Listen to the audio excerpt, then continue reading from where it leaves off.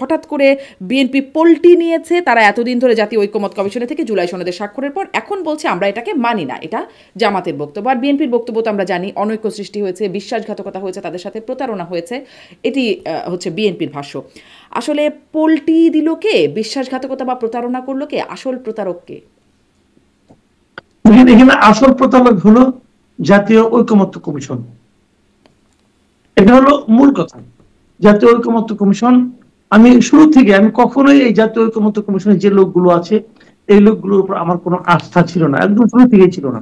আমি সবসময় এদের ব্যাপারে বলে আসছিলাম যে ভুল লোককে এখানে নির্বাচন করা হয়েছে। তারা একটা মিশন নিয়ে এখানে আসছিল ওই দেশে, আলী রিয়াজ বলেন, মুনির হায়দার বলেন, তারা একটা মিশন নিয়ে আসছে। মিশনটা হলো দেশে একটা পলিটিক্যাল একটা আনরেস্ট তৈরি করা, এবং তারা সেই মিশনের সর্বশেষ কার্ডটা খেলে দিয়েছে। এবং অলরেডি মুনির হায়দার তো চলে গেছে শুনলাম, আবার হয়তো আসবে, আমি জানি না, কিন্তু এই কাজগুলো তারা করছে। এই পলিটিক্যাল আনরেস্ট তাদের লাভ, মানে মিশনের উদ্দেশ্য বাংলাদেশের আনরেস্টের অনেক লাভ, অনেকের লাভ।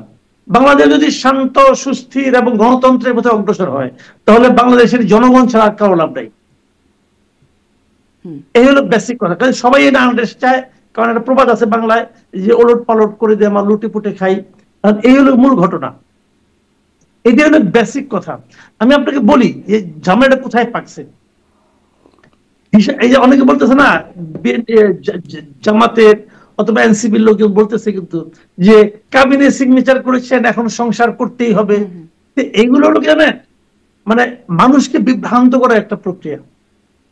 কাবিনে সিগনেচার করলে সংসার করতে হয় না, মাথায় রাখতে হবে। কাবিন এবং সংসার এর মাঝখানে ডিভোর্স নামে একটা শব্দ আছে। ওইগুলো অত সহজ না বিষয়গুলো। বিষয়টা কি হয়েছে, তারা ঐকমত্য কমিশনের সনদে, জুলাই সনদে সিগনেচার করেছে, ঠিক আছে। এখন এটা কিন্তু দুইটা পার্ট, এক হলো জুলাই সনদ, আর এক হলো জুলাই সনদ বাস্তবায়নের আদেশ। জুলাই সনদটা কিভাবে বাস্তবায়ন হবে তার একটা আদেশ। আপনি আদেশটা কিভাবে দিবেন, আদেশটা কিভাবে বাস্তবায়ন করবেন, অনেকগুলি বাস্তবায়নের প্রস্তাব ছিল। আমি একটু সময় নিচ্ছি ডিটেলটা বলার জন্য আর কি। অনেকগুলি প্রস্তাব আসছে যে এটা আগামীতে যে সংসদ বসবে সেই সংসদে যারা নাকি এমপি হবে তারাই বাস্তবায়ন করবে। সবগুলি না, কিছু কিছু তো এখনই রাষ্ট্রপতির অধ্যাদেশের মাধ্যমে করা যাবে, যেগুলো আইন আছে। আর যেগুলোর জন্য প্রায় 48টার মতো আছে, যেগুলোর জন্য আপনার করতে হবে, আপনার কি বলে সংসদের সংবিধান সংশোধন করতে হবে। এই জন্য মূলত এখন সংবিধান সংশোধনের এগুলো সংসদে পাস করাতে হবে 2/3 মেজরিটির মাধ্যমে। ওকে, এখন এটি কিভাবে হবে?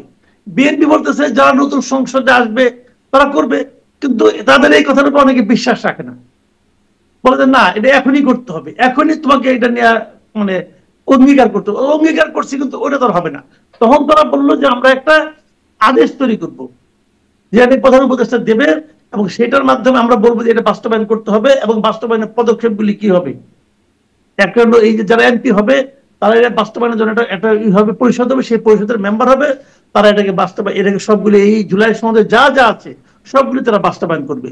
এবং যদি তারা 270 দিনের মধ্যে বাস্তবায়ন করতে না পারে তাহলে অটোমেটিক বাস্তবায়িত হয়েছে বলে গণ্য হবে।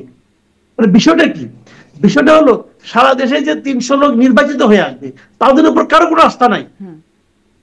তারা কি করবে না করবে এটা কোনো ব্যাপার না, ব্যাপার হলো আমি বলেছি, আমরা বলেছি। আমরা কারা? আমরা কারা? এই দেশের মানুষের কোনো মতামত নাই। বললো আমরা 30টা দল করেছি, এই 30টা দলকে দেশের সমস্ত মানুষকে রিপ্রেজেন্ট করে। দেশের মানুষের মতামত নেওয়ার জন্য তো আবার গণভোটের কথা বলা হচ্ছে। কিন্তু আমি একটু গণভোটের জায়গায় আসি, কারণ এটা খুবই গুরুত্বপূর্ণ আলোচনা। মাসুদ কামাল নিশ্চয়ই এটা নিয়ে আমি শুনবো, কিন্তু ওই যে কাবিননামার কথাটা যেটা আলোচনায় আনলেন না, ওটা একটু শেষ করে ফেলি। হাসনাত আব্দুল্লাহ বলছেন এই কথাটা, সই করছেন, কিন্তু কাবিননামার যে মানে বিষয়বস্তু থাকে, ধরেন সেখানে থাকে পাত্র পাত্রীর নাম, পরিচয়, ঠিকানা, দেনমোহরের পরিমাণ ইত্যাদি ইত্যাদি। এখন যদি স্বাক্ষর করার পর দেখে যে পাত্র পরিবর্তন হয়ে গেছে, দেনমোহর ঠিক নাই, তাহলেও কি তাকে সংসার করতে হবে? যে মানে বিএনপি তো এরকমটাই বলছে, সব যা তারা স্বাক্ষর করেছিল তা এখন নাই, তাহলে কি সেটা? না না, তা না, বিষয়টা ওরকম না, ওরকম না, ওরকম না। আমি বলি আপনাকে, বিএনপি স্বাক্ষর করার সময় অনেকগুলো ইস্যুতে নোট অফ ডিসেন্ট দিয়েছিল যে এগুলো আমরা চাই না। এখন প্রশ্ন হলো যখন আপনি আদেশটা করছেন বাস্তবায়নের জন্য, তখন সেখান থেকে নোট অফ ডিসেন্ট গুলো তুলে ফেলানো হয়েছে। এখন তাহলে দাঁড়ালোটা কি? দাঁড়ালো যেমন ধরেন, আমি একটা এক্সাম্পল দিয়ে বলি আপনাকে, যে উচ্চকক্ষ কিভাবে নিয়োগ করবেন, আপনি উচ্চকক্ষ লোকগুলি কিভাবে নির্বাচন করবেন। বিএনপি বলছে যারা নিম্ন কক্ষে নির্বাচিত হবে তাদের মাঝখান থেকে আনুপাতিক হারে উচ্চ কক্ষে নির্বাচন করা হবে। আর এই জামাত বলছে অথবা ইসলামী আন্দোলন বলছে যে না, সারা দেশের টোটাল যে ভোট প্রাপ্তি সেই অনুপাতে উচ্চ কক্ষ নির্বাচিত হবে। বুঝলেন? কিন্তু তাহলে উচ্চ কক্ষটা বিএনপি মানছে উইথ নোট অফ ডিসেন্ট। যখন আপনি জনগণের কাছে পাঠাবেন তুমি এটা মানবা কি মানবা না, তখন তো এটা নোট অফ ডিসেন্টটা সহ থাকতে হবে। বিএনপির কথাই বলছে, আমি তো নোট অফ ডিসেন্ট দিয়েছি এবং নোট অফ ডিসেন্ট সহই তো আমি সনদে সিগনেচার করেছি। সনদে তো তারা সিগনেচার করছে, আমাদের নোট অফ ডিসেন্ট ছিল। এখন যখন এটা আদেশ করতে যাচ্ছে তখন আর নোট অফ ডিসেন্ট নাই। তো বিএনপির আপত্তিটা তো জেনুইন আপত্তি রে ভাই, তো জেনুইন আপত্তি। এটা রাখেন নাই কেন? রাখে নাই কে? রাখে নাই হলো এই কমিশন, ঐক্যমত্য কমিশন। তাহলে ঐক্যমত্য কমিশন এরকম, ঐক্যমত্য কমিশনের প্রধান তো হচ্ছে ডক্টর ইউনূস, অতএব সরকারি, আসলে এটি সরকারেরই আরেক রূপ বা সরকারি। না, সরকার বলবো না, এটা এটা এটা সরকার না, ডক্টর ইউনূস প্রধান। কিন্তু এর বাইরে যারা আছে তারা তো বিভিন্ন জায়গাতে নিয়ে আসছে তাদেরকে। তাদের যদিও একটা পজিশন দেওয়া হয়েছে, একটা পদ দেওয়া হয়েছে, কিন্তু তারা তো বিভিন্ন জায়গা থেকে আনছে। এরা তো এটাকে ভুল, ইচ্ছে করে ভুলটা করছেই কেন কেন সেটা বলে। এর পিছনে একটা বিরাট রাজনীতি আছে। আমি আপনার এরপর নিশ্চয়ই আপনি ইটা আনবেন, এই আপনার মানে অনবর প্রসঙ্গের রাজনীতি পরে, আমি তার আগে এই রাজনীতিটা বলে নিই আপনাকে। বিরাট রাজনীতিটা হলো এখন বিএনপি পড়ে গেছে একটা মানে চেঙ্গির মধ্যে। আমাদের পুরান ঢাকা নিয়ে আছে না মানকে চিপা মধ্যে পড়ে গেছে। কিভাবে পড়ে গেছে? এখন বিএনপি যখন বলতেছে এটা আমরা স্বাক্ষর করবো, তখন তারা বলতেছে কেন আপনি সিগনেচার করছেন, স্বাক্ষর করতে হবে, এখন আপনাকে মানতে হবে। এখন বিএনপি বলছে তোমরা যেটা বলতেছো যে আদেশটা, এটা তো আমি করি নাই, আমি তো এটা আমার তো নোট অফ ডিসেন্ট ছিল, নোট অফ ডিসেন্ট এখন কোথায় গেল ওইটা কিন্তু আর বলে না। বিএনপি যে কেন আপত্তি করতেছে এটা কিন্তু কেউ বলে না। তারা বলতেছে তুমি ওটা করো নাই কেন, তাহলে তুমি চাও না, তাহলে তুমি চাও না। এখন এটা হলো একটা উদ্ভট একটা ব্যাপার। এখানে আমাদের এখানে এই ধরনের অনেক রকম কথাবার্তা কিন্তু চলবে। কারণ বিএনপি যে চায়, তুমি চাও তাহলে মানো ভাই। আমি তো নোট অফ ডিসেন্ট বলেছিলাম। এই হলো ক্যারিকেচারটা। এখানে বেসিক্যালি এই কাজটা করা হয়েছে বিএনপি কে পলিটিক্যালি কর্নার করার জন্য। বিএনপি এখন বুঝতে পারছে জিনিসটা, বিএনপিরও সমস্যা আছে। বিএনপি কে কর্নার করা কি ঐক্যমত্য কমিশনের মানে উদ্দেশ্য না? তাহলে কর্নার করা হলে এখন এই চান্সটা নিচ্ছে জামাত এবং অন্যান্যরা। ঐক্যমত্য কমিশনের উদ্দেশ্য হলো, ঐক্যমত্য কমিশন জানে যে একটা বড় দলকে ছোট দল দিয়ে কর্নার করা যায় না, ঝামেলা আছে। কিন্তু তাহলে কি হবে? এখন এরা চাবে কর্নার করতে, ও চাবে কর্নার না হতে, একটা বিরোধ তৈরি হবে, এখন একটা বিরোধপূর্ণ অবস্থা তৈরি হবে। এর বাইরে তো আওয়ামী লীগ আছেই বাইরে। তখন সব যখন সামগ্রিক অবস্থা হবে তখন কি হবে? নির্বাচন পিছিয়ে যাবে, বলবে নির্বাচনের পরিবেশ নাই। তো এই জিনিসটা ঐক্যমত্য কমিশনের কিন্তু কোনো সমাধান আকাঙ্ক্ষা ছিল না। তাদের আকাঙ্ক্ষা ছিল এটা যে আমি এমন কিছু একটা করবো যেটা নিয়ে সবাই উত্তেজিত হয়ে যাবে, সবাই বলবে যে এটা আমার পক্ষে গেলো, ওর পক্ষে গেলো, এটা আওলা বাজানো। কিন্তু আমি এই ক্ষেত্রে মাহমুদুর রহমান মান্নার বক্তব্য দেখছিলাম যে প্রধান উপদেষ্টা একটা গন্ডগোল পাকিয়ে দিয়েছেন সংস্কার করতে গিয়ে। তিনি প্রধান উপদেষ্টার কথা বলছেন। মানে এই গন্ডগোলটা আমি যদি এভাবে করে একটু প্রশ্ন করি, মানে একটু আগের থেকে প্রশ্ন করি, যদি শুরু থেকে দেখি একদম ডক্টর ইউনূস এবং তার সরকারকে সব দল নির্বিশেষে এক বাক্যে সমর্থন দিল। তারপরে দেখলাম কিছুদিন পরে বিএনপি বলে আমাকে গুরুত্ব দিচ্ছে না, আমরা চাইলেও সাক্ষাৎ করতে পারছি না, এরকম একটা অবস্থানে গেল এবং খুব জামাত এর দিকে ঝুঁকে আছে সরকার, এরকম একটা অভিযোগ জামাত এনসিপির দিকে আছে, এরকম একটা বিষয় হলো। তখন একটু এরকমও দেখছিলাম বিএনপি আন্দোলনে যাওয়ার একটা হুমকি বার্তা দিচ্ছিল, 3 উপদেষ্টার পদত্যাগের কথা বললো। তারপর হঠাৎ করে লন্ডন বৈঠক হলো, উল্টে গেল পরিস্থিতি। তখন আবার জামাত বলতে থাকলো, এনসিপি বলতে থাকলো যে বিএনপির দিকে ঝুঁকে পড়েছে, আর বিএনপি তখন একরকম সব কিছুতেই মানি, আস্থায় পরিচয়। এমনকি প্রধান উপদেষ্টার মধ্যে শহীদ প্রেসিডেন্ট জিয়াউর রহমানকেও দেখতে পেলেন তারা। এই একটা অবস্থা চলে গেল। এখন আবার ঐক্যমত্য কমিশনের এটা শেষে আবার দেখা যাচ্ছে উল্টে গেল পরিস্থিতি। মানে এরকম কদিন পর পর গণেশ উল্টাচ্ছে কেন? না, এটা কিন্তু সম্পূর্ণ পলিটিক্যাল ব্যাপার না। এই পুরো জিনিসটা হলো ডক্টর ইউনূসের সমস্যা। ডক্টর ইউনূস মোটেই পলিটিক্যাল লোক না, এবং পলিটিক্যাল পার্টিগুলোকে কিভাবে হ্যান্ডেল করতে হবে উনি সেটা জানেন না। ওনার সেই যোগ্যতা আল্লাহ দেয় নাই।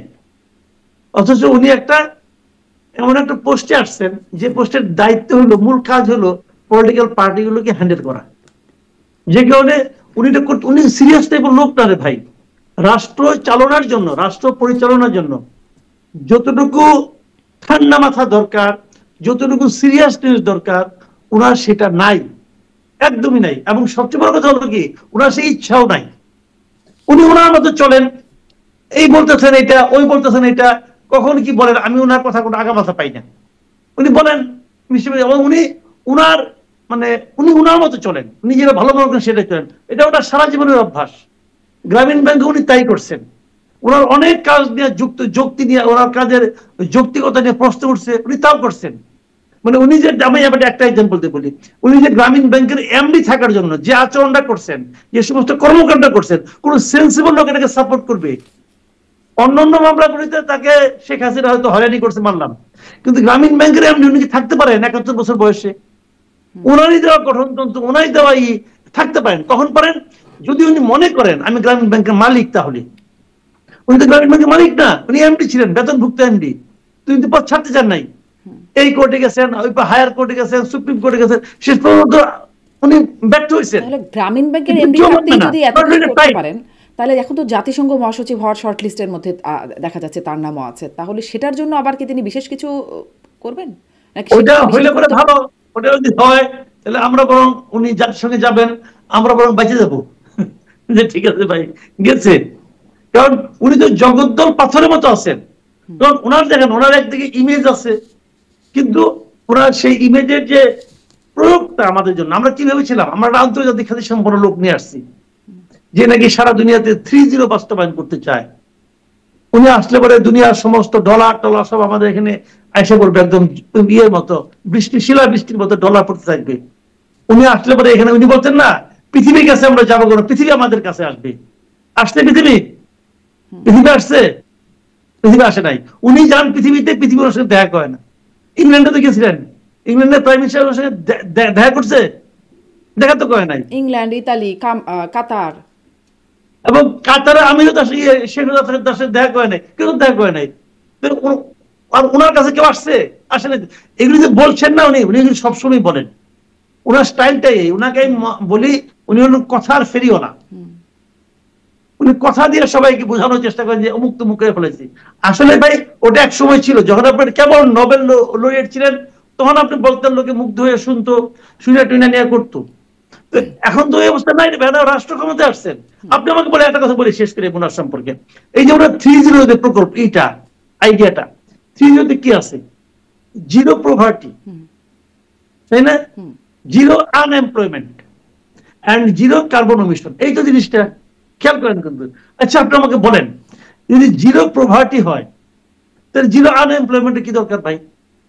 যদি একই জিনিস, এটা সমার্থক মানলাম, তারপরে নিশ্চয়ই কিছু একটা পার্থক্য আছে। উনি বলছেন যেহেতু জ্ঞানী লোক, মানলাম। উনি সারা দুনিয়া এটা বলে বেড়েছেন কেন? মানে সারা দুনিয়ার যারা শাসক আছেন তাদেরকে উনি প্রভাবিত করার চেষ্টা করছেন যে আপনি এমন কিছু নিয়ম নীতি বানান যাতে নাকি আপনার দেশে এবং আপনার আশেপাশের দেশে জিরো প্রভার্টি হয়, জিরো আনএমপ্লয়মেন্ট হয় এবং জিরো কার্বন এমিশন হয়। ঠিক আছে, মানলাম। উনি তো 1 বছর ধরে একটা দেশের রাষ্ট্র ক্ষমতায় আছেন, উনি কি এখন সেটা করতে পারছেন? আমি একটা সিম্পল উদাহরণ দিয়ে বলি, প্রতিদিন এখানে আনএমপ্লয়মেন্টের জন্য আন্দোলন হচ্ছে। চাকরির বয়স 35 করতে হবে, এই দাবিতে আমি দেখলাম প্রেস ক্লাবের সামনে একটা গ্রুপ 42 দিন অবস্থান নিছে। পুলিশ তাদের লাঠি খেলাইছে, সেই ছবিও দেখছি। ওরা কি চাকরি চাইছে? চায় নাই। ওরা চাকরিতে প্রতিযোগিতা করার সুযোগটা চেয়েছে। আপনি তো জিরো আনএমপ্লয়মেন্টের জন্য কোনো পদক্ষেপ নেন নাই ভাই, তাহলে আপনি এগুলি বলেন কেন? ওই যে বললাম, উনি হলো কথার ফেরিও না, উনি বেসিক্যালি কথার ফেরিও, আর কিচ্ছু না, যে কথার কোনো মূল্য নাই। তো যাও, আমাদের আরো জিরো দেওয়া যায় তাহলে আরো ভালো হয়। ধরেন জিরো করাপশন দিলাম, হ্যাঁ, আরো কয়েকটা জিরো দিয়ে দিলাম, যেগুলো নেতিবাচক সব জিরো দিয়ে দিলাম, তাহলে তো আরো নতুন থিওরিও আবিষ্কার হতে পারে। উনি নিশ্চয়ই আসলে এটা ভালো বুঝবেন, আমাদের চেয়ে অনেক বোধ সম্পন্ন মানুষ উনি। আসি এবার ওই যে তাহলে যে গন্ডগোলটা যেটি মাহমুদুর রহমান মান্না বলছেন যে, এবং সেটি আসলে সবাই আপনারাও পর্যালোচনায় বলছেন যে গন্ডগোল বা জট তো একটা পেকেই গেছে। আসিফ নজরুল মাননীয় আইন উপদেষ্টা তিনি বলছেন যে রাজনৈতিক দলগুলোর উদ্দেশ্যে বলছেন, আপনারা যদি এরকম ভূমিকা নেন তাহলে সরকার কি করবে? আমরা ঠিক বুঝতে পারছি না। এতদিন আলোচনার পর আপনারা যদি ঐক্যমতে না আসেন তাহলে আমরা সত্যি কি করব? মানে হায়াল্লা আমরা কি করব? আসিফ নজরুলের যে একটা স্টাইল আছেন সেরকম একটা জায়গায় এসে পড়ছে কিনা এখন? আসলে আমরা হায়াল্লা কি করব? এই গন্ডগোল থেকে কে ছুটাবে আমাদেরকে, আর কিভাবে এই গন্ডগোলটা ছুটবে? দেখেন আমি এই ধরনের মন্তব্যটা জনাব আসিফ নজরুলের কাছ থেকে আশা করিনি। সত্যি কথা বলতে গেলে আমি ওনাকে বেশ সেন্সিবল লোক মনে করতাম। উনি যে কথাটা বললেন, বলার আগে ওনার উচিত ছিল যে বিএনপির আপত্তির জায়গাটা কি সেটা কাগজ কলমে দেখা। বিএনপি যে আপত্তিটা করেছে এটা যদি কাগজ কলমে দেখতেন, মিলিয়ে দেখতেন যে ওরা কি বলেছে, সেটা শুনে আপনি বলেন। আপনি এটা না দেখা দেখছেন কিনা আমি জানি না, দেখলে তো ওনার বোঝার কথা। উনি তো যথেষ্ট জ্ঞানী লোক, আমি ওনাকে পার্সোনালি খুব পছন্দ করি, উনি যথেষ্ট জ্ঞানী লোক। কিন্তু উনি কেন এই কথাটা বললেন ভাই, আমার কাছে আমি হিসাবে মিলে না। আমার বিএনপি, শুনেন ভাই, আমি নিজে বিএনপি করি না, কিন্তু বিএনপি যে দাবিটা আমার কাছে ভ্যালিড মনে হচ্ছে। বিএনপির যে আপত্তিটা এটা ভ্যালিড আপত্তি। বিএনপির সঙ্গে তো মাহমুদুর রহমান মান্না বলতেছে, জুনায়েদ সাকি বলতেছে, এরা সবাই কিছুই বুঝে না। এটা আসিফ নজরুল বলতে পারলেন এটা কি পলিটিক্যাল পার্টির ঝগড়া? না, এটা পলিটিক্যাল পার্টির ঝগড়া না। এখন যদি আসিফ নজরুল বিএনপি যা বলছে সে সত্যি বলছে বা সঠিক বলছে এরকম কিছু বলে, তাহলে তো এমনিতেই এনসিপি তাদের ছাগল খাচ্ছে। এনসিপি বলছে আসিফ নজরুলের সেফ এক্সিট নাই, এরকম একটা অবস্থা। এরকম কথা যদি বলে ফেলেন তাহলে তো তিনি আরো বিপাকে পড়বেন না, যেমন মাহফুজ পড়েছেন। সেফ এক্সিট এনসিপির খুঁজতে হবে না, এনসিপি নিজে সেফ এক্সিট খুঁজতে বলেন। দুনিয়াটা তো সহজ না ভাই, অন্য সেফ এক্সিট এনসিপি কে ভাবতে হবে না, তাদের সেফ এক্সিট খুঁজতে বলে। কি করছেন না করছেন এটা হিসাব করেন। গত 1-1.5 বছরে আপনারা কি করছেন ওইটাও হিসাব হবে, ওইটা একটু খুঁজে দেখেন কি অবস্থায় আছেন আপনারা। এখন মানে সেফ এক্সিট এখন বর্তমানেই যেমন আছে সেখান থেকেই তাদের ক্ষমতা বা তাদের মানে তাদের সক্ষমতার জায়গাটা আমি আপনার কাছ থেকে জিজ্ঞাসা করি। নাসিরউদ্দিন পাটোয়ারি বলছেন যে এই যে বিএনপির যে নোট অফ ডিসেন্ট এটিকে তিনি বলছেন নোট অফ চিটিং, এবং তিনি বলছেন যে ভাইয়াগিরি করার জন্য নতুন বাংলাদেশে এমনটি করতে দেওয়া হবে না। মানে বিএনপি এই নোট অফ চিটিং দিয়েছে ভাইয়াগিরি করার জন্য, নতুন বাংলাদেশে এমনটি করতে দেওয়া হবে না। ঐক্যমত কমিশনে বিএনপি কিছু করতে চাইলে তরুণরা প্রতিহত করবে। আর তার আগেই কিন্তু সালাউদ্দিন আহমেদের বক্তব্যের প্রেক্ষিতে তিনি বলছিলেন বেশি হাসি আসলে আমাদের কাছে আসবেন, কান্না ছুটিয়ে দেবো।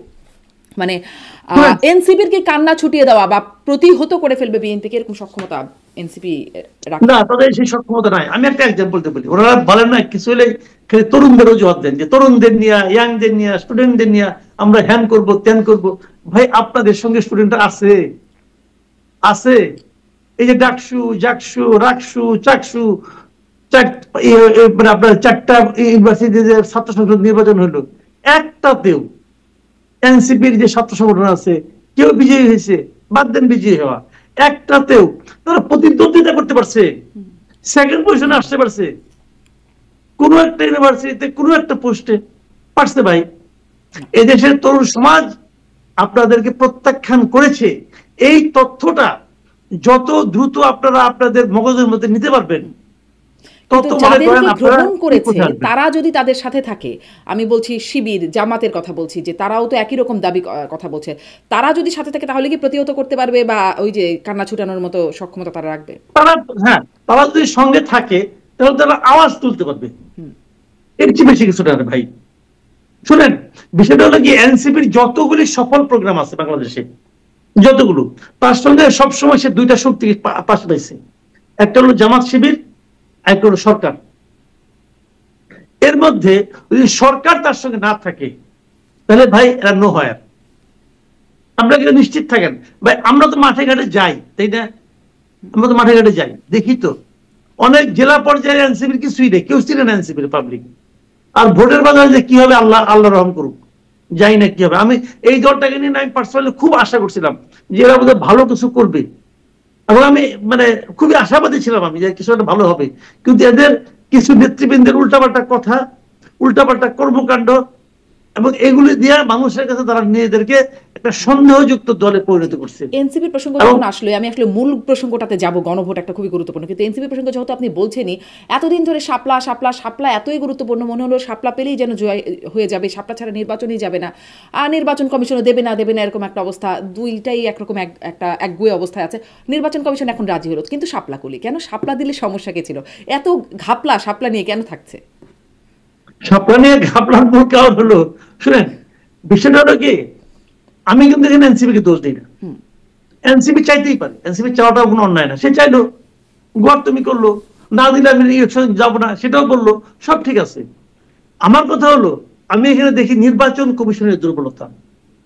আমি মনে করি এই নির্বাচন কমিশন এই শাপলারকে কেন্দ্র করে যা কিছু করছে প্রত্যেকটা কাজ তাদের অযোগ্যতাকে মানুষের সামনে পরিষ্কার করে দিচ্ছে। আমি প্রথম এক্সাম্পলটা বলি, শাপলা নিয়ে প্রথম আপনি কেন বলেন আপনি দিবেন না, বললেন কেন? বলছেন কতগুলি কারণ দেখাইছেন। কারণগুলি কি? শাপলা জাতীয় প্রতীক, অমুক তমুক, অনেক হাঙ্কি পাঙ্কি অনেক কিছু বলছেন আপনি, বলছেন, কিন্তু এটা কিন্তু মিন করেন যে না এটাই সত্য, দিবেন না, তাহলে আলোচনা শেষ। যেটা আপনার তালিকায় নাই সেটা আপনি দিবেন না, শেষ, আলোচনা হয়ে গেল, কিন্তু এক কথায় শেষ। তো তালিকায় যুক্ত তো করলেই শেষ পর্যন্ত। তালিকা আপনি যুক্ত করেন কেন? কারণ ওদের চাপে। তার মানে একটা পলিটিক্যাল পার্টি তার পছন্দের চাপ অনুযায়ী যুক্তি করতে পারে, চাপ দিতে পারে। কালকে যদি ইসলামী আন্দোলন বলে আমি হাত পাখা নিব না, আমার কোরআন শরীফ দেন, আমার প্রতীক হবে কোরআন শরীফ দেন। কেউ একজন বললো আমার প্রতীক হবে কাবা শরীফ দেন, দিবেন? দিবেন? আমার কথাটা বোঝার চেষ্টা করেন। আমি চাইতে পারি কাবা শরীফের ছবিটা আমি চাই, ওটা আমি প্রতীক চাই, দিবে ইলেকশন কমিশন? দিতে পারবে? চাপ প্রয়োগ করে। কাজেই কোন প্রতীক আপনি চান, নিয়মটা কি ভাই? এর পর্যন্ত জীবনে কোনোদিন শুনি নাই যে একটা পলিটিক্যাল পার্টির দাবির কারণে প্রতীক চেঞ্জ হয়, প্রতীক অন্তর্ভুক্ত হয়। আমি জীবনে শুনি, এই প্রথম শুনছি। কেন? তাহলে জিনিসটা কি দাঁড়ালো? এই পলিটিক্যাল পার্টি অনেক পাওয়ারফুল, অথবা এই পলিটিক্যাল পার্টির পেছনে গভর্নমেন্ট আছে, হয়তো গভর্নমেন্ট তাকে ফোন করছে, গভর্নমেন্ট তাকে চাপ দিছে। যদি গভর্নমেন্টের ফোনে সে যদি তার সিদ্ধান্ত চেঞ্জ করে, এটাও তো তার অযোগ্যতা। একটা সাংবিধানিক প্রতিষ্ঠান হিসেবে যদি সে প্রধান উপদেষ্টার ফোন পাইয়া অথবা অন্য কোনো উপদেষ্টার ফোন পাইয়া যদি সেটা সিদ্ধান্ত থেকে সরে আসে, তাহলে বুঝতে হবে যখন প্রকৃত ইলেকশনটার সামনে আসবে তখনও তো ফোন আসতে পারে, তখনও তো চাপ আসতে পারে, তখন এই ইলেকশন কমিশন কি করবে? কিছুই করতে পারবে না। এই ইলেকশন কমিশন নিজের দুর্বলতা এবং অযোগ্যতা একদম স্পষ্টভাবে প্রমাণ করেছে। আমি মনে করি এই ইলেকশন কমিশনের পক্ষে এই বাস্তবতায় একটা অবাধ ও নিরপেক্ষ নির্বাচন করা সম্ভব না। জি, এটি একটা বাস্তবতার কথা বলেন, এরকম আরো অনেক বাস্তবতা নিশ্চয়ই আমরা কথা বলতে বলতে আসবে যে অবাধ ও সুষ্ঠু নির্বাচন সামনে আসলেই হবে কিনা, বা ডক্টর ইউনূস যেটি আসলে উপহার দিতে চাচ্ছেন ইতিহাস সেরা নির্বাচন, সেটি আসলে হবে কিনা সেটি আসি। আর তার আগে গণভোট, যে মানুষ কি চায় সেটি নিয়ে কথা বলছিলাম। যে গন্ডগোলটা যে পাকলো, যেটি মাহমুদুর রহমান মান্নাও বলছেন, সেই গন্ডগোল যদি আমি এই প্রশ্নটা মানে আগেও করছিলাম, যে গন্ডগোলটা যদি ধরেন সব নাই, সব রাজনৈতিক দল একমত হয়ে সুন্দরভাবে রাজি আছে সব কিছুতে, কিন্তু এই প্রশ্নটা এইটাও তো আসছে যে 48টা মানুষ বোঝে এই 48টা প্রস্তাবনায় কি আছে, আর কিছু না হয় অল্প কিছু মানুষ বুঝলো, কিছুতে অ্যাগ্রি করলো, কিছুতে করলো না, তারা কি করবে? যারা একদমই বুঝে না তারা কি করবে? 48টা প্রস্তাব, আবার জামাত বলছে নভেম্বরেই হতে হবে গণভোট। ধরেন করোনায় লকডাউন থাকতে হবে, এই কথা বোঝাতেই আর্মি নামিয়ে ফেলতে হয়েছিল, বোঝানো যাচ্ছিল না। এই 48টা সংবিধান নিয়ে প্রস্তাব বোঝানো যাবে মানুষকে? সেটি যাবে না, এটা অ্যাবসার্ড। এটা হলো ওই যে ধাক্কায় পাহাড় সরানোর মতো অবস্থা হবে। ধাক্কায় পাহাড় সরানো যায় না ভাই। মানুষ এটা কেন, এক নম্বর হলো বুঝবে না, আর 2 নম্বর হলো কেন বুঝতে চাবে? মানুষের কি ঠেকা পড়ছে যে নিজের কষ্টের টাকায় ভাত খাইয়া তরকারি খাইয়া এটা বুঝতে হবে তাকে? এটা কি তার পরীক্ষা আসবে নাকি? হ্যাঁ, পড়ে না, এটা কেন আসবে? এটা কেন বুঝবে? এই 48টা কি কি আছে এটা তো আমিও জানি না। উনি ওখানে দিবে 48টা পড়বো, পড়ে পরে হা অথবা না বলবো, আর অপশন কাটেন। 48টা প্রশ্নের উত্তর হা অথবা নাতে হয় না, 2টা প্রশ্নের উত্তরে হা অথবা নাতে হয় না। আমি আপনাকে 2টা প্রশ্ন বলি, আপনি হা অথবা নাতে উত্তর দেন তো। আমি বললাম যে আগে যে আপনি নিয়মিত মাদক সেবন করতেন, এখনো কি করেন? এটা হা অথবা নাতে উত্তর দেন, পারবেন? জি, যেটাই বলে সমস্যা। পারবেন না তো ভাই, 2টা নিয়ে উত্তর দিতে পারেন না, আর 48টা প্রশ্ন আপনি হা অথবা নাতে দিবেন। এটা হয় রে ভাই? এটা কি হয় নাকি? আপনার রেফারেন্ডাম হয় একটা ইস্যুতে, একটা ইস্যু, যেমন ব্রেক্সিট হয়েছিল। আপনি কি ইউরোপের সঙ্গে থাকবেন না থাকবেন না, সিম্পল। কিন্তু অত আলাপ তো নাই আর ভাই। তো এখন আপনি একটা ইস্যু আনেন, তো কোনো একটা ওরা বলতেছে হ্যাঁ আমরা একটা ইস্যু আনছি, আপনি কি জুলাই সনদ মানেন কি মানেন না? তো জুলাই সনদ তো 48টার সমাহার, ওটা প্যাকেজ, তো ওই প্যাকেজ তো হয় না। তো তারা করছে ওই যে এটা বলে সোনার পাথর বাটি আর কি, বানাচ্ছে একটা অসম্ভব জিনিসকে নিয়ে। তারপর আপনি আনবেন, আনার পরে এখন প্রস্তাবটা কি? এটা আগে হইতে হবে। আগে যদি হয়, আমি আপনাকে বাংলাদেশের রেফারেন্ডামের ইতিহাসটা আপনি জানেন, তবু আমি একটু মনে করে দিই। বাংলাদেশে এই যাবৎকালে রেফারেন্ডাম হচ্ছে 3টা। একটা 77-এ জিয়াউর রহমান সাহেব করছিলেন, ওখানে 2টা প্রশ্ন ছিল যে আপনি কি জিয়াউর রহমান সাহেবকে প্রেসিডেন্ট হিসেবে চান, এবং আপনি তার 19 দফা চান কিনা। দ্বিতীয়বার হয়েছিল 85-এ, তখনও ছিল দুইটা প্রশ্ন। একটা হলো যে এরশাদ সাহেব যে এখন উন্নয়ন কর্মসূচি নিয়েছেন, এটার জন্য আপনি এরশাদ সাহেবকে প্রেসিডেন্ট হিসেবে চান কিনা, এবং আগামী নির্বাচন না হওয়া পর্যন্ত আপনি এরশাদ সাহেবকে প্রেসিডেন্ট হিসেবে চান কিনা, এই যে প্রশ্ন ছিল। কারণ আগামী নির্বাচন কবে হবে তা কিন্তু বলে নাই, আগামী নির্বাচন 10 বছর পরে হইতে পারে, ততদিন মধ্যে এরশাদ থাকবে। ওইটা তো কিন্তু ভোট পড়ছে একটাতে পড়ছে 98%, 98.7%, একটা পড়ছে 94% প্লাস, এরকম পড়ছে। এত ভোট পড়ছে, কিন্তু থার্ড হয়েছে যেটা, সেটা হলো আপনার 91-এ, এটা শাহাবুদ্দিন সাহেব তখন প্রেসিডেন্ট ছিলেন। ওটাতে আপনার প্রশ্নটা ছিল কি, যে প্রেসিডেন্সিয়াল সিস্টেম থেকে যে আপনার পার্লামেন্টারি সিস্টেমে গভর্নমেন্টে শিফট করবেন, তার জন্য একটা তারা সংশোধনী আনছে পার্লামেন্টে। ওটা শাহাবুদ্দিন সাহেব প্রশ্ন করেছেন যে এই সংশোধনীতে রাষ্ট্রপতি শাহাবুদ্দিন সাহেব সিগনেচার করবেন কি করবেন না। That was the question. খেয়াল করেন, কিন্তু পাবলিক কি বুঝবে এটা? ওটা লেগেছে যে সংবিধানের অততম সংশোধনীতে রাষ্ট্রপতিকে সিগনেচার করবেন, তা হ্যাঁ অথবা না। জানেন ভোট পড়ছিল কত? ওখানে ভোট কাস্ট হয়েছিল 34.9%, মানে 35%। যদি 35% আমি ধরি, তাহলে 65% লোক কিন্তু ওই রেফারেন্ডামে অংশই নেয় নাই, তাদের ওই হা অথবা না দেওয়ার কোনো আগ্রহ ছিল না। তো যদি 65% লোককে আপনি মানে তার মধ্যে আগ্রহ সৃষ্টি করতে না পারেন, কারণ ওইটাই ছিল জেনুইন রেফারেন্ডাম। আগের দিনে তো এরশাদ এবং জিয়া সাহেব নিজের মতো করে বানাই নিচ্ছে, ভোট বেশি দেখাই দাও, কিন্তু এর তো সভাপতি সাহেব দেখায় নাই। জেনুইন ভোট বলতে এটাই হয়েছিল, 35% ভোট কাস্ট হয়েছে। আর এইবার যদি হয়, কেন হয় না শুনেন, কেন হয় না ভোট? হয় না এই কারণে, আপনি হয় না হলো বাংলাদেশের ভোটিং প্যাটার্নটা কি? আমাদের ভোটিং প্যাটার্ন হলো যারা প্রার্থী থাকে তারা কিন্তু ভোটারদেরকে নিয়ে আসে, কেন্দ্রে আসতে বাধ্য করে, কেন্দ্রে আসতে উৎসাহ দেয়। যখন রেফারেন্ডামটা হয় তখন কে পক্ষে কে বিপক্ষে তো অত পরিশ্রম করে আনবে না। হ্যাঁ একদমই। এবং পার্টিদের হচ্ছে ইশতেহার থাকে, ইশতেহার দেখে তো আসলে মানুষ সবাই খুব গুটি কয়েক হয়তো ভোট দেয়, মানুষ তো আসলে প্রার্থী দেখে ভোট দেয়। হ্যাঁ হ্যাঁ। তো এখানে প্রার্থীরা নিয়ে আসে। এখানে কি হয়েছে এবার যখন আপনি এই রেফারেন্ডামটা করবেন, তখন যদি ভোট যদি 30% পড়ে, তাহলে কিন্তু এক ধরনের নৈতিক পরাজয় আপনার এমনি হয়ে গেল, যে 70% লোক এই রেফারেন্ডামের ব্যাপারে কোনো আগ্রহই নাই। আর তারপর এইটা জামাত কেন বুঝে না, আমার কাছে ক্লিয়ার না, বুঝছেন? বুঝে না মানে কি, যদি আপনি নভেম্বরে রেফারেন্ডাম করতে চান, তাহলে বিএনপি কি এভাবে রাজি হবে? হবে না তো। হার্ড লাইনে আছে। তারপর যদি বিএনপি রাজি হয়, আমি তো মনে করি বিএনপি রাজি হওয়া উচিত। যদি বিএনপি রাজি হয়ে যায়, তাহলে বিএনপি যে এটা চাপে পড়ে যে রাজি হলো, বিএনপি লোকজনকে হা ভোট দিবে? যদি না ভোট দেয়, বিএনপি তো না ভোটের ক্যাম্পেইন করছে। বিএনপি মানে সামাজিক যোগাযোগ মাধ্যমে না ক্যাম্পেইন করছে। আর আওয়ামী লীগ তো কোনোভাবেই এই জুলাই সনদের পক্ষে থাকবার কথা না, এটা একদম মানে জলবদ্ধ। যদি আপনার না ভোট হয়, যদি না জয়যুক্ত হয়, দেখেন এই যে জাতীয় ঐক্যমত্য কমিশনের 84টা পয়েন্ট অমুক পয়েন্ট তমুক পয়েন্ট করছে, এখানে কিন্তু কিছু কিছু ভালো জিনিসও আছে। নিশ্চয়ই সবই যে খারাপ তা কিন্তু অনেক ভালো জিনিস আছে। কারণ যেগুলো ভালো আছে যদি না হয়ে যায়, তো সবই যে বাতিল হয়ে গেল। তাহলে এতদিন ধরে যাদের পেছনে এত টাকা খরচ করলেন, প্রতিটা মিটিং এ যে 5 স্টার হোটেল থেকে নাস্তা পানি এনে খাওয়াইতেন, বা এই টাকাটা কার? আমার আপনার টাকা তো, পাবলিকের টাকা, পাবলিক মানি। আপনি যে পাবলিক মানি অপচয় করছেন, এর জন্য কে জবাবদিহি করবে? নেতৃত্ব কি? নেতৃত্ব একটা ঘোড়ার ডিম। তো এই তো হচ্ছে। জি, এবং সেই ঘোড়ার ডিম আবার সামনে নির্বাচনের উপরও প্রভাব ফেলার একটা মানে একটা চোখ রাঙাচ্ছে সেই ঘোড়ার ডিমও। মানে বিএনপি যে সেই কবে থেকে নির্বাচনের জন্য মানে পিঠে ছালা বেঁধে থাকে, যাই বলুক সে মেনে নেয়, এরকম একটা অবস্থা। এখন সেই নির্বাচনটা তারা মানে হবে তো মনে হয় যে এই ঘোড়ার ডিম যখন সামনে।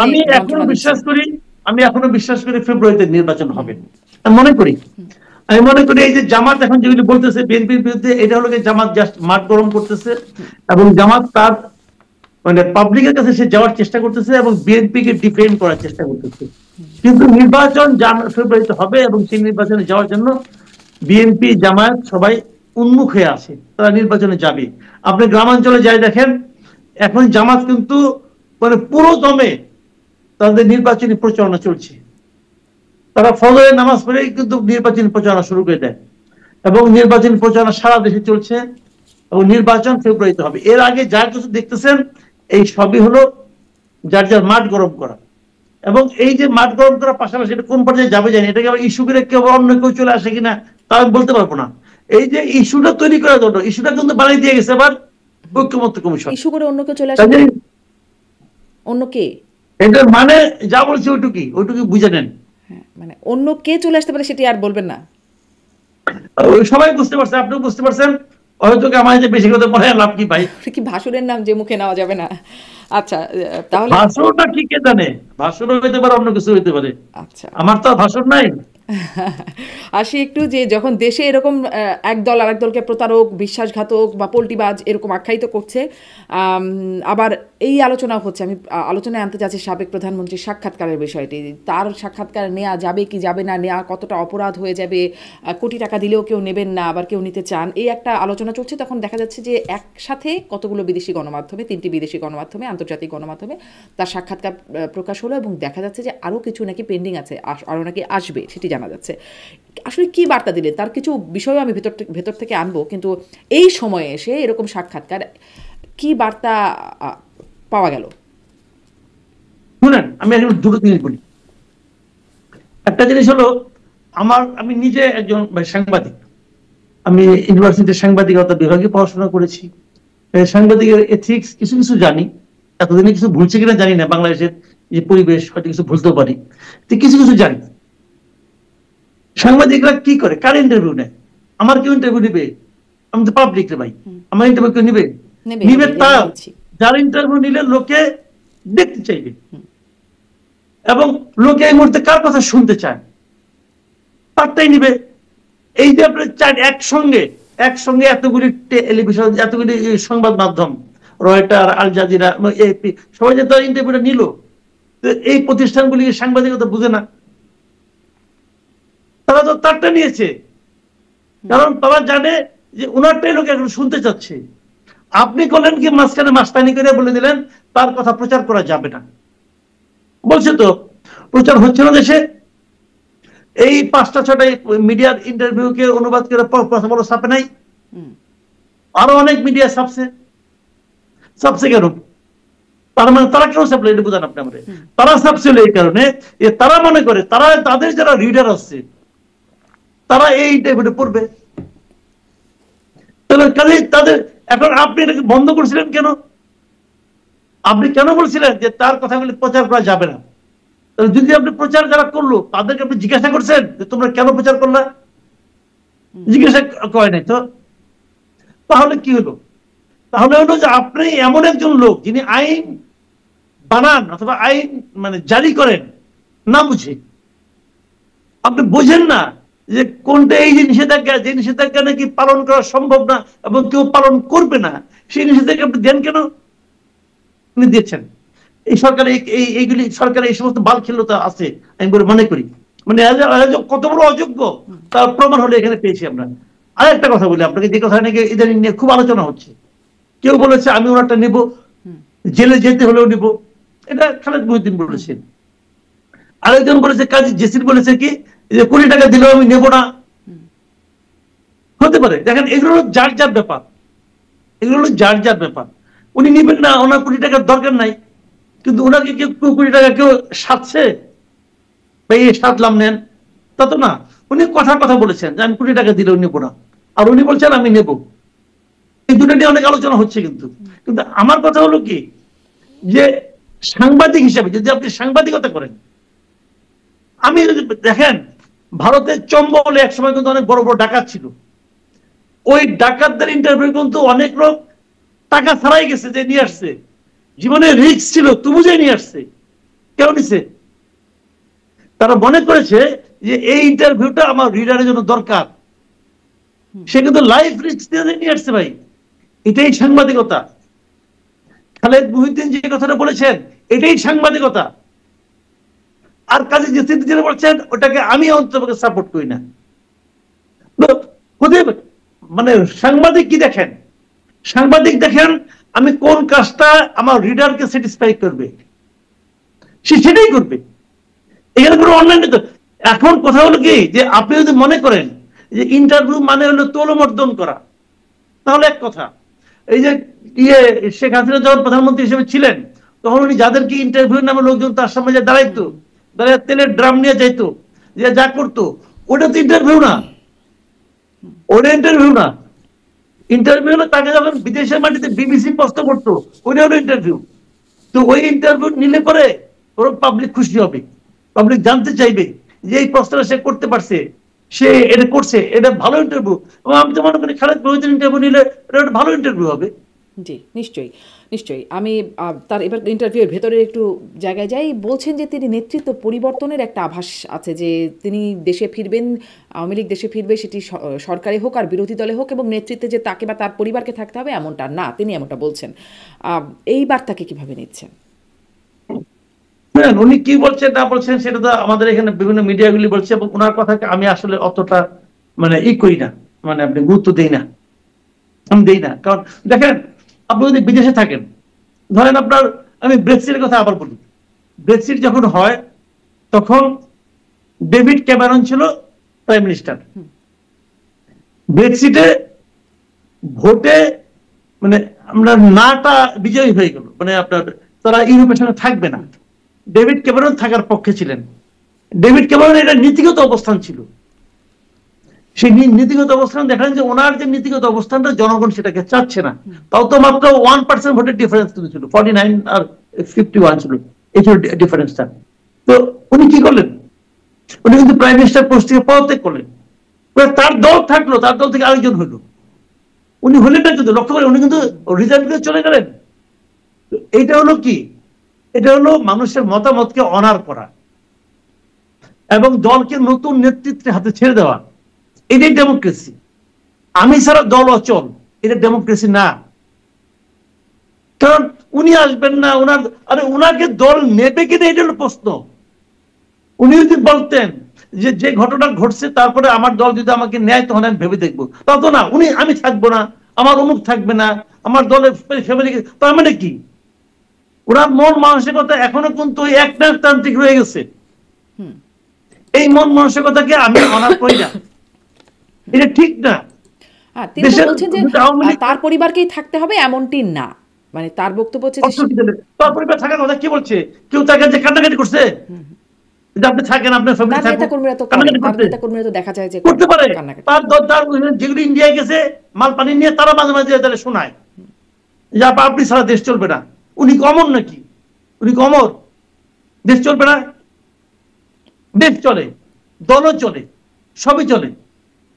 বরঞ্চ এইগুলো কথার কথা। এখন একটা আইকনও তো লাগে যে যাকে সামনে নিয়ে আমরা অগ্রসর হবো, কিন্তু সেই আইকনটা উনি থাকতাম। উনি যদি এই প্রয়োজনে বলতেন, যে কথা বলছেন এটা বলা দরকার, উনি বলতেন যে আমি আশা করব আমার দল নতুন নেতৃত্ব বেছে নেবে, প্রয়োজনে তাদেরকে আমি হেল্প করবো, এটাও যদি বলতেন তাহলে সেটা হয়তো সবচেয়ে ভালো হবে। সেটা হয়তো দেশে যারা আওয়ামী লীগ করে এখনো, দেশে যারা আওয়ামী লীগকে সমর্থন করে এখনো, তাদের জন্য একটা পজিটিভ বিষয় হইতো।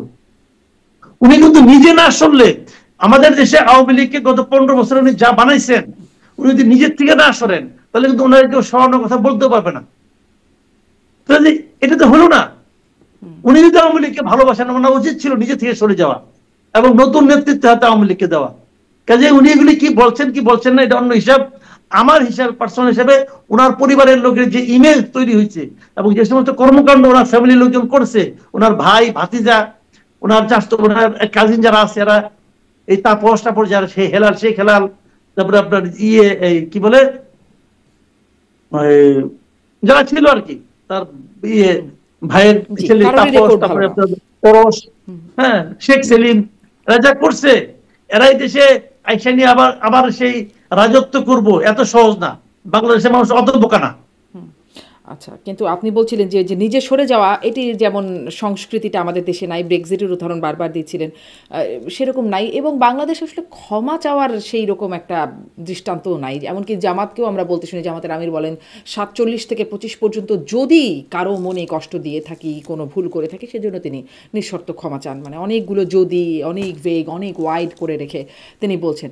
শেখ হাসিনার কাছেও যখন এই প্রশ্নটি ছিল, তিনি নিজের দায় তো অস্বীকার করেছেনই, কিন্তু তিনি বলেছেন তিনি আলটিমেট লিডারশিপ রেসপন্সিবিলিটি সেটা তিনি নিচ্ছেন, এবং তিনি কিছু ভুলের কথা বলছেন। তিনি বলছেন চেইন অফ কমান্ডে কিছু ভুল ছিল, এবং কদিন আগে এপিতে দেয়া তার পুত্র সজীব অজয় জয়, তিনিও বলছেন যে ইনিশিয়াল কিছু মিস্টেক ছিল। মানে এই বিষয়গুলো একটা অবস্থান নেয়ার দিকে যাচ্ছে বলে মনে হয়, নাকি আসলে মানে ভুল বিষয়টা? জি, তারা তো শুরু থেকে এই ভুলগুলো স্বীকার করতো না, এখন করতেছে, মনে করি ভালো। এই মানসিকতা ভালো, ভুল স্বীকারে মানসিকতাটা খুব ভালো, আমাদের দেশে এটা নাই, বাট থাকা উচিত। কিন্তু হয় কি, মানে ভুল স্বীকার করতে যায় না, নানা রকম ক্যারিকেচার করে সবাই, এটা পেঁচা ওটা পেঁচা ওটা পেঁচা। ভাই এই প্যাচ পুজ ভালো না, বুঝছেন?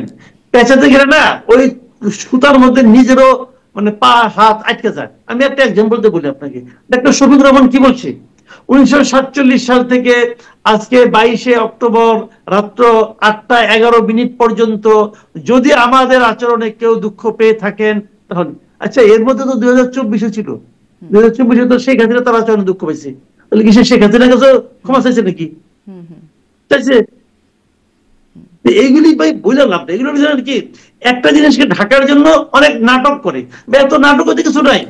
আপনি স্ট্রেট হতে বলে দেন যে 71-এ আমার দল যে ভূমিকা নিয়েছে সেই ভূমিকার জন্য আমরা ক্ষমা প্রার্থী, সিম্পল। তারা আপনি বললে হবে না, আপনি কে, আপনি বললে হবে না, আপনার দল একটা রেজলিউশন নেই যে দল হিসাবে আমরা যা করেছি এটা ঠিক করিনি, এই জন্য জাতির কাছে আমরা ক্ষমা প্রার্থী।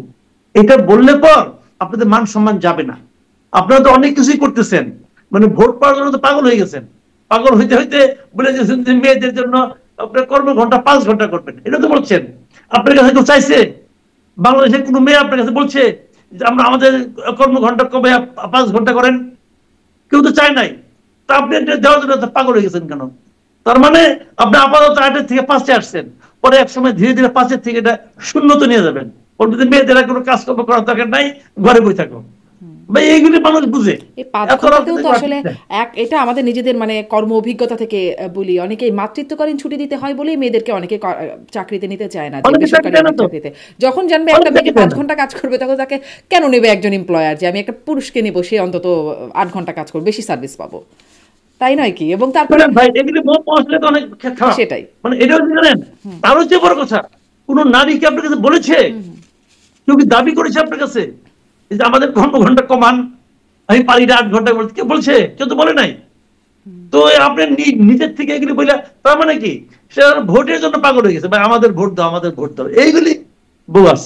জি, আপনি ওই যে নির্বাচন নিয়ে কয়েকটা জায়গায় প্রশ্নের আছে, গণভোট ইত্যাদি আরো অনেক কিছু বিষয়ে চোখ রাঙাচ্ছে, নির্বাচনের উপর একটা শঙ্কার কারণ তৈরি করছে কিনা সেই প্রশ্নটা করছিলাম। তার সাথে সাথে এটাও একটু যুক্ত করি যে শেখ হাসিনা বলেছেন তার ভোটারদেরকে বা সমর্থকদেরকে, আওয়ামী লীগের সমর্থকদেরকে ভোট বয়কট করতে। এখন আমি এই প্রশ্নটা করছিলাম একজন আওয়ামী লীগ নেতাকে, যে শুধু বয়কট নাকি বানচালও হবে আর কি, সেটি এখনো পর্যন্ত তাদের সিদ্ধান্তের মধ্যে নাই বলে তিনি জানাচ্ছিলেন। কি মনে হয় বয়কটের ইম্প্যাক্টটা কেমন হবে, প্রভাব কেমন হবে? না, শেখ হাসিনা তো বানচালের কথা বলেন না, বয়কটের কথা বলেছে। হ্যাঁ, আচ্ছা।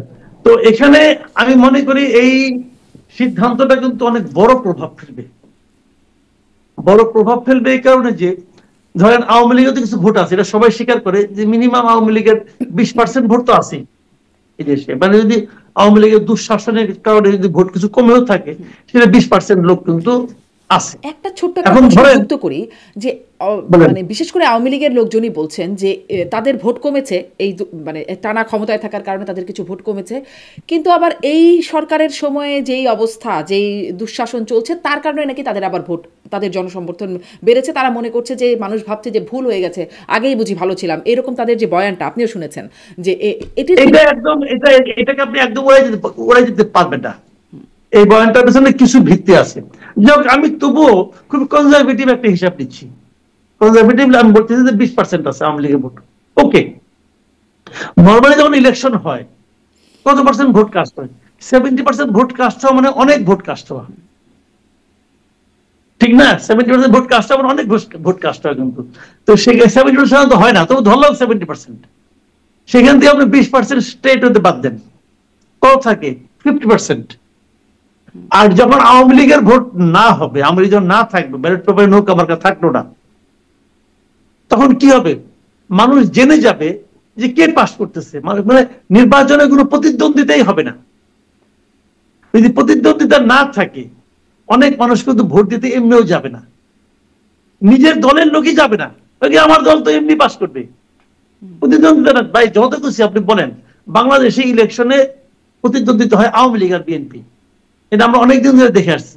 জামাত এবার ভালো করবে, তার মানে তারা সব সারা দেশে প্রতিদ্বন্দ্বিতা চলে আসবে, এটা আমি মনে করি না। অনেক জায়গায় জামাতের অনেক কম ভোট থাকবে, জামাতে যে ভোট 10%, 15% এরকমই থাকবে, কাজে অত সহজ হবে না। যদি যদি আওয়ামী লীগের ভোট না, আওয়ামী লীগের যদি ভোটার যদি ভোট দিতে না যায়, তাহলে তো জামাতের জন্য রীতিমতো একদম ভয়ঙ্কর অবস্থা হয়ে যাবো, তারা তো অনেক ভোট পাবে না। আওয়ামী লীগের ভোট কিন্তু জামাত পেত হিসাব অনুযায়ী। তাহলে এখন তাহলে জিনিসটা দাঁড়ালো কি, ভোট আলটিমেটলি দেখা যাবে 50 থেকে আরো আপনি কমপক্ষে 15% বাদ দেন, যা নাকি এমনি এমনি ভোট দিতে যাবে না। তো 30, 35, 40% ভোট দিয়ে আপনাকে জাতীয় নির্বাচন করবেন ভাই, এটা সারা দুনিয়ার কাছে অনেকে সবাইকে ফুলের মালা নিয়ে ইউনুস সাহেব দিবে যে আপনার অসাধারণ ইতিহাসের শ্রেষ্ঠ নির্বাচন করছেন। এটা হবে না ভাইয়া, এত সহজ না দুনিয়াটা।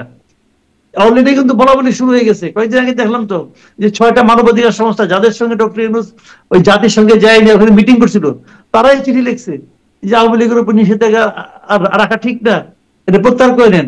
বলছে না, বলছে তো। কাজে ওরা কিন্তু ওই আপনার সঙ্গে মিষ্টি মিষ্টি আলাপ করবো, রিপোর্ট যখন দিবে তখন তার মতো করে দিবে। কিন্তু একটা বিষয় একটু আমি আর একটা, যদিও আমি এখানেই আলোচনাটা শেষ করতে চাচ্ছিলাম, এই জায়গাটা যখন জাতিসংঘের কথা বলেন মনে পড়লো, একটু জিজ্ঞাসা করি। আমি কদিন আগেই আমার এই প্ল্যাটফর্মে কথা বলছিলাম আওয়ামী লীগের সাবেক এমপি ডাক্তার হাবিবে মিল্লাত, তিনি আওয়ামী লীগের সময় পররাষ্ট্র মন্ত্রণালয় বিষয়ে স্থায়ী কমিটির সদস্য ছিলেন। তিনি এখন নানান রকম জায়গায় মুভ করছেন, কনফারেন্স করছেন। তিনি বলছিলেন যে 1400 যে তালিকা দিয়েছে জাতিসংঘ, সেই তালিকাটা কোথায়? তিনি নাকি গিয়েছিলেন জাতিসংঘে, সাম রুডো কারোর সাথে তিনি কথা বলেছেন, যিনি আসলে যার তত্ত্বাবধানে এইটা হলো, এই রিপোর্টটা হলো, তিনি তার কাছে সেই তালিকাটা চেয়েছিলেন, কিন্তু সেই তালিকাটাই নাকি দিতে পারেন নাই। মানে আমরা কি কেউ সেই 1400 জনের তালিকাটা দেখতে পেরেছি? শুনেন, আমি একটা কথা বলি আপনাকে, এখানে এখানে এটা খুবই একটু দুঃখের কথা। এটা হলো তারা কিন্তু কখনো তালিকা একদম 1400 একদম অ্যাকুরেট তালিকা কিন্তু তারা দেয় নাই, এটা আমি পাইনি। তারা একটা ধারণা দিয়েছিল যে এতজন হতে পারে। আচ্ছা ঠিক আছে, তারা এই রিপোর্টটা করছে কয়দিনে বলেন? তারা কিন্তু এটা জানুয়ারিতে করেছে, রিপোর্টটা দিয়েছে।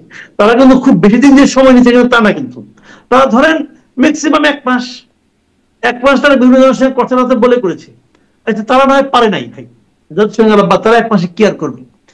এই দেশের সমস্ত প্রশাসন যন্ত্র হলো আমার সরকারের হাতে। সরকারকে এই 1.5 বছরের তালিকাটা করতে পারছে? পারছে? পারেনি।